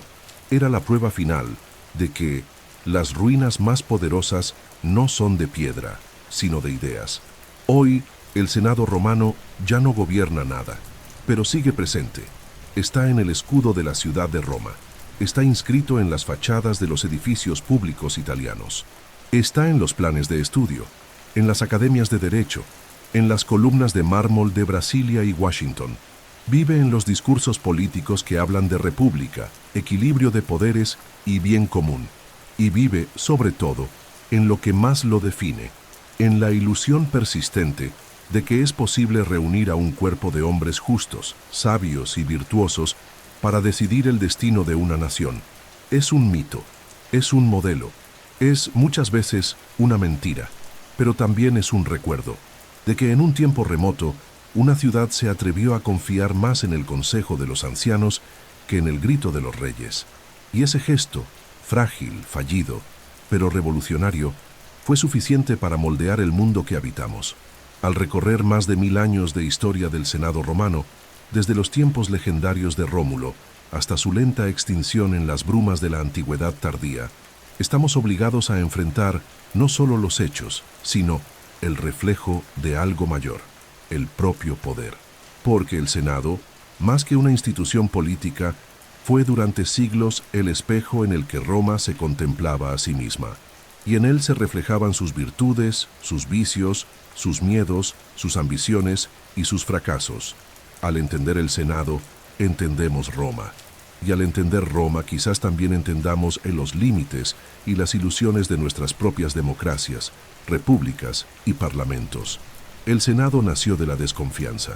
Era el consejo de los ancianos, de los sabios, de los fundadores, convocados para moderar los impulsos de los reyes, conservar la memoria de los antepasados y actuar como freno ancestral ante las voluntades del momento.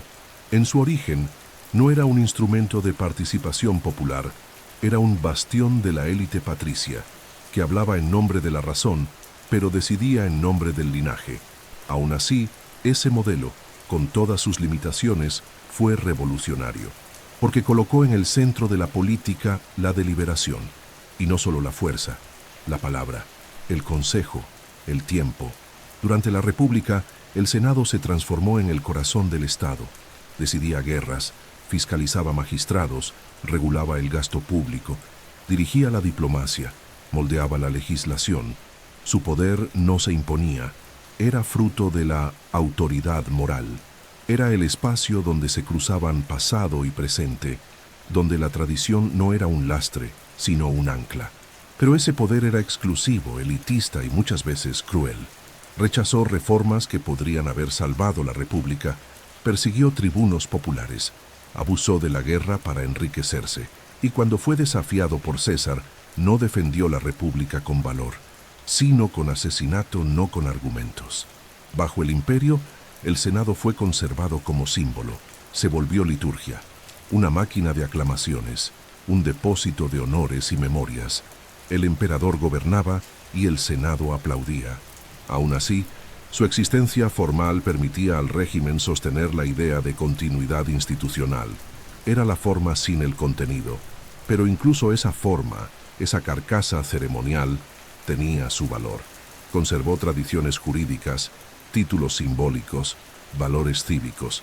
Fue lo que quedó de una república muerta y por eso mismo, más importante como leyenda que como realidad. Con la cristianización del imperio, el Senado se adaptó.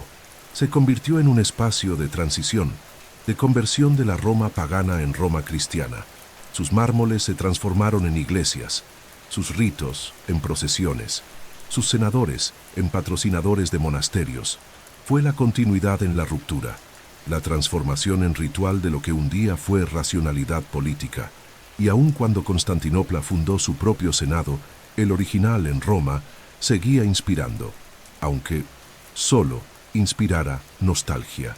En el fondo, lo que el Senado romano nos enseña es que el poder es frágil, que las instituciones solo son fuertes cuando están enraizadas en la confianza y la participación, que la autoridad no sobrevive sin legitimidad, que la tradición sin renovación se convierte en farsa, que las élites cuando son ciegas al pueblo firman su propia sentencia y que los símbolos, por hermosos que sean, no bastan para sostener un régimen.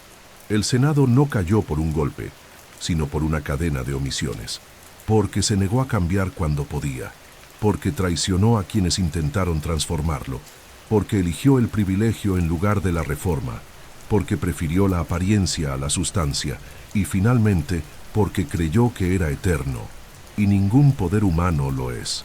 Hoy vivimos en una época en que parlamentos, cámaras y senados existen por todas partes, pero sus virtudes y defectos son muchas veces los mismos que habitaron la colina palatina. Cuando estos órganos son instrumentos de la voluntad colectiva, brillan. Cuando son rehenes de élites cerradas, se vacían. Cuando escuchan a la sociedad, sobreviven. Cuando ignoran el clamor popular, se vuelven irrelevantes. El Senado romano fue todos esos rostros. Fue grande, fue pequeño, fue justo, fue cínico, fue glorioso, fue trágico, pero sobre todo fue humano, con toda la contradicción que esa palabra implica, y quizás, al mirarlo, aún podamos aprender a mirarnos a nosotros mismos. Porque lo que cayó en Roma, más que columnas, fue la creencia de que el poder puede durar sin justicia, y esa lección, que resuena desde las ruinas del foro hasta las tribunas modernas, nunca debe ser olvidada.